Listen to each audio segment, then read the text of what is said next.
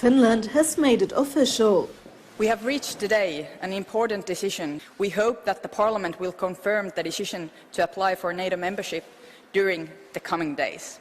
Following Russia's attack on Ukraine, the Nordic country and its neighbor Sweden are ever more determined to join the military alliance.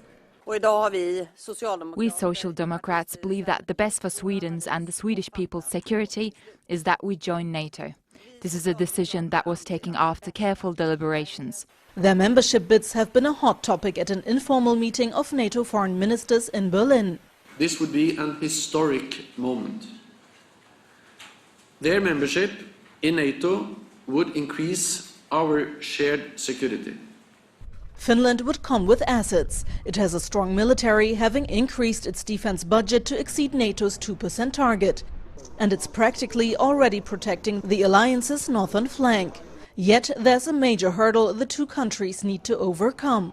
The majority of NATO foreign ministers have welcomed the idea of Finland and Sweden joining the alliance. Germany's Annalena Baerbock promises to try to accelerate the ratification process. But to get this far, all 30 members need to give their stamp of approval. Turkey, a NATO member for 70 years, has justified concerns. It accuses the two countries of being safe havens for the PKK, which is classified as a terrorist organization by the EU and US. Having met his Finnish and Swedish counterparts in Berlin, Foreign Minister Mevlut Çavuşoğlu underlined that Turkey will continue to support NATO's open door policy. But to do so, it needs security guarantees. They need to end support for terrorist organizations. The restrictions on defense industry products or export permits for an ally like Turkey should be lifted.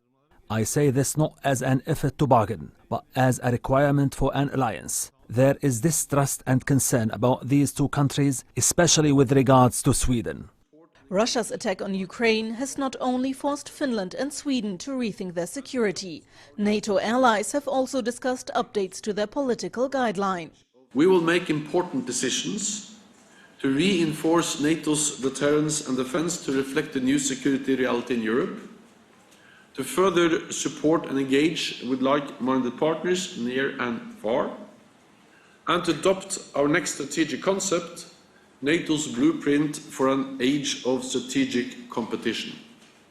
With both an expansion to the east and fundamental changes in its security strategy, NATO is in the midst of a major transformation, one that's certainly not in Russia's favor. Sibel Karkush, TRT World, Berlin.